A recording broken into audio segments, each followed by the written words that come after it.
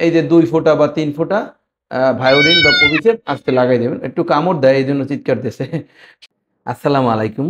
কেমন আছেন সবাই? আমার হাতে যে ২ টা জিনিস দেখতে আছেন, এই ২ টা জিনিস সবারই খুব পরিচিত।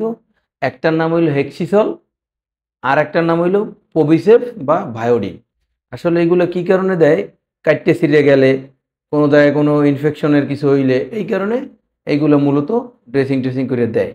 আমি দিতে আছি কেন? এই যে দেখেন, এই যে ছাগলের নাভিটায় আপনার হওয়ার পরে, জন্মের পরে যে ধুলাবালি জমছে।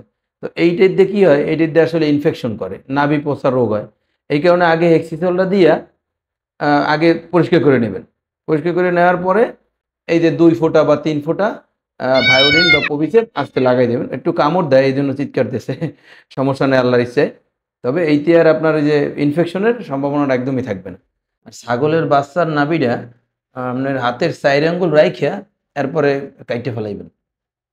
ধারালো কিছু দিয়ে সুন্দর করে কাটলে ভালো হয় আরকি।